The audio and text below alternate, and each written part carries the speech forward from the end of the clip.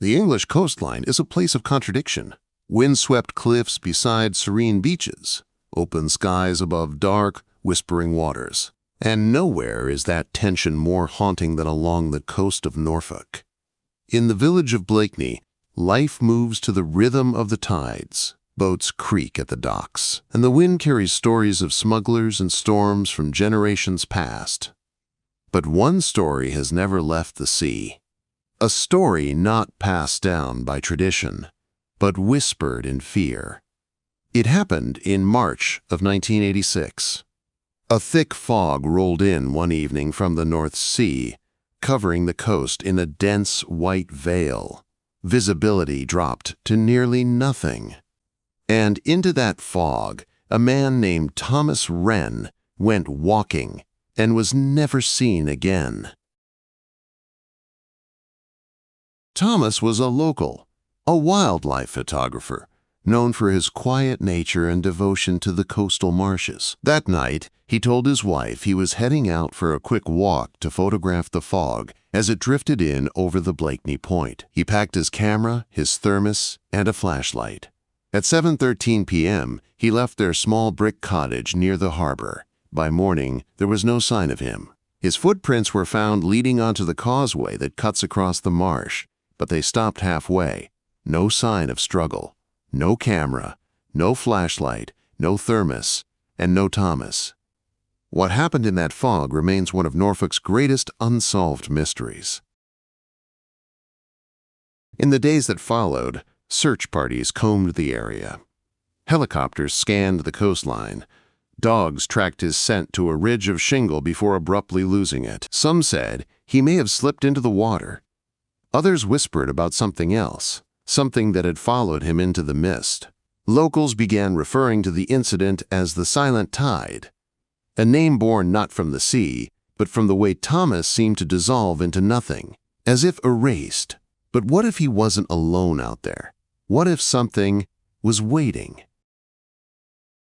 4 days after Thomas Renn vanished, a local boy named Elliot Danes discovered something buried in a sand dune, roughly a mile from the last place Thomas was seen. It was a camera, half buried, salt-stained, and missing its strap, but unmistakably Thomas's. The serial number matched, as did the make and model. The film roll inside was intact.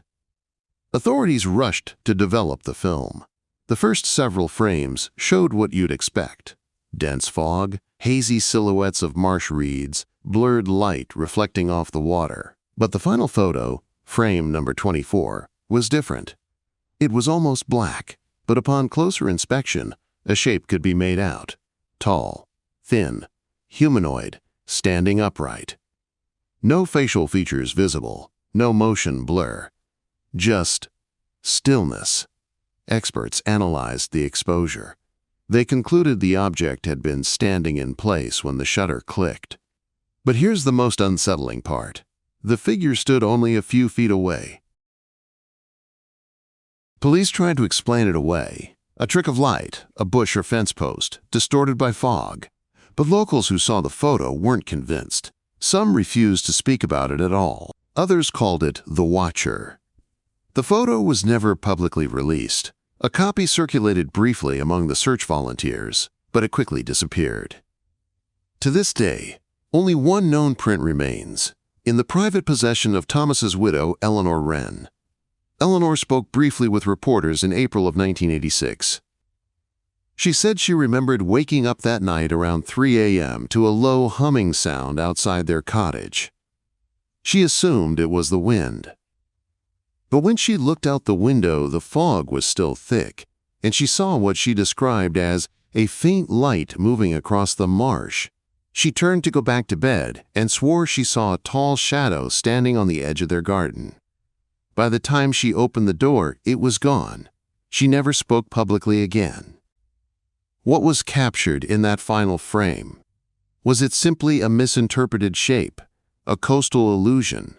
Or had Thomas Renn photographed something not meant to be seen? The Norfolk marshes have long been a place of mystery. Stretching for miles in every direction, they seem alive with sound. Chirping birds, trickling tidewater, and the distant bleat of sheep in the mist. But for many locals, the marshes also remember.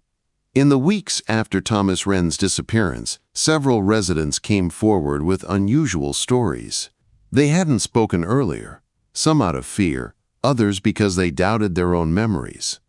But the details they shared were strangely aligned. A woman walking her dog near Morston reported hearing voices in the fog, whispers calling her name. When she turned, no one was there. Her dog, a large Labrador, refused to move forward and whimpered the entire way home.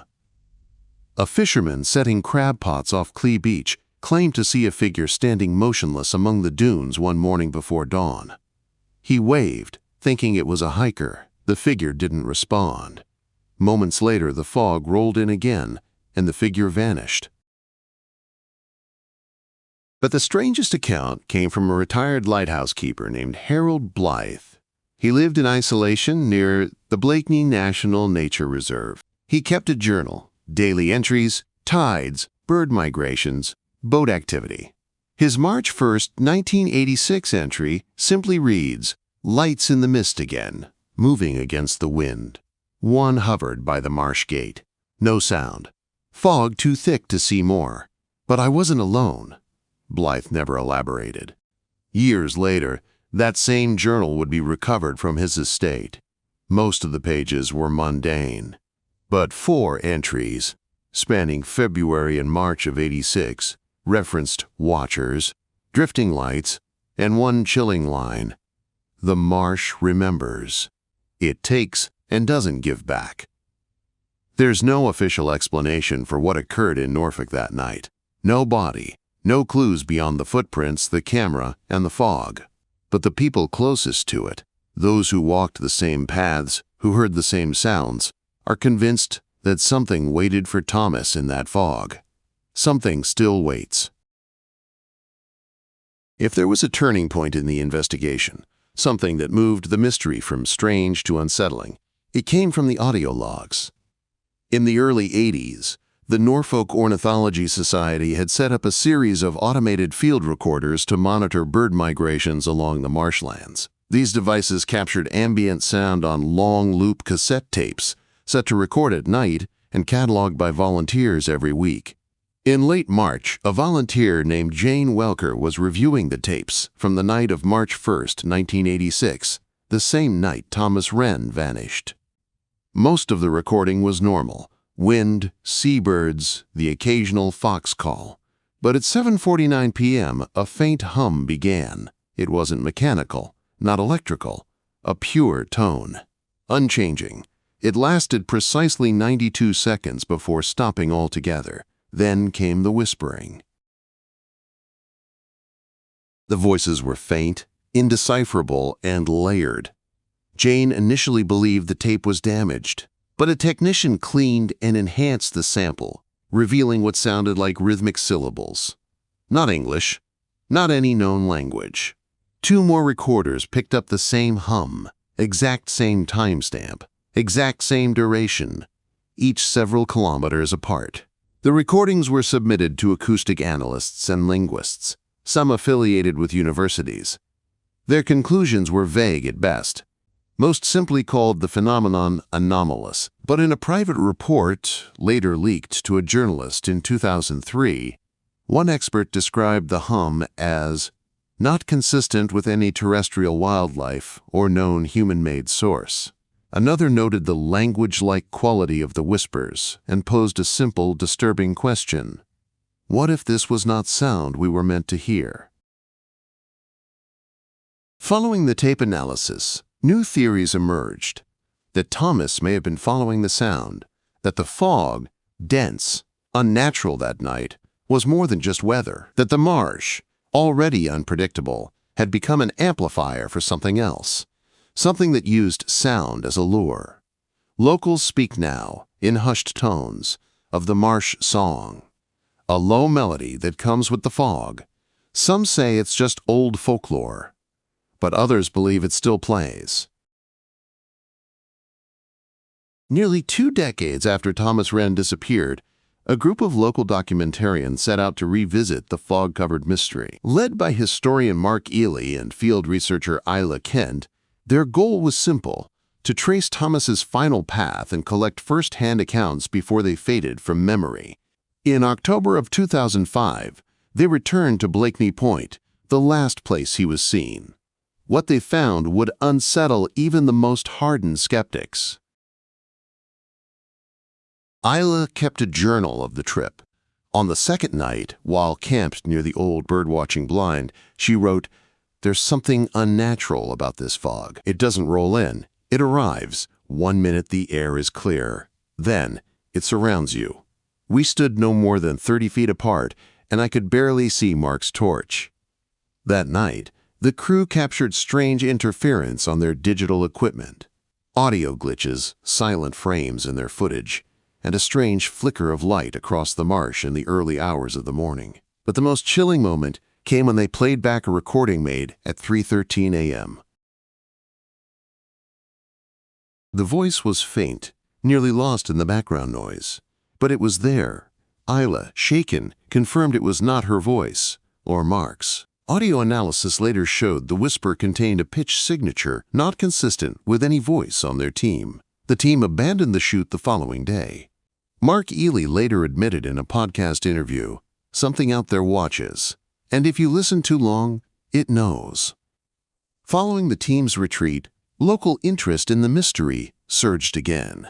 Residents submitted tips, including a newly surfaced letter, allegedly written by Eleanor Renn before her passing. It was brief and cryptic. "He followed the light. I saw it once too. It's not of this world, it chooses." Blakeney Point, once known for its seals and seabirds, is now remembered for something else: a vanishing, a silent night, and the presence of something that has never left. Some believe it's natural, others swear it's supernatural. But all agree, Blakeney Point never gave Thomas back.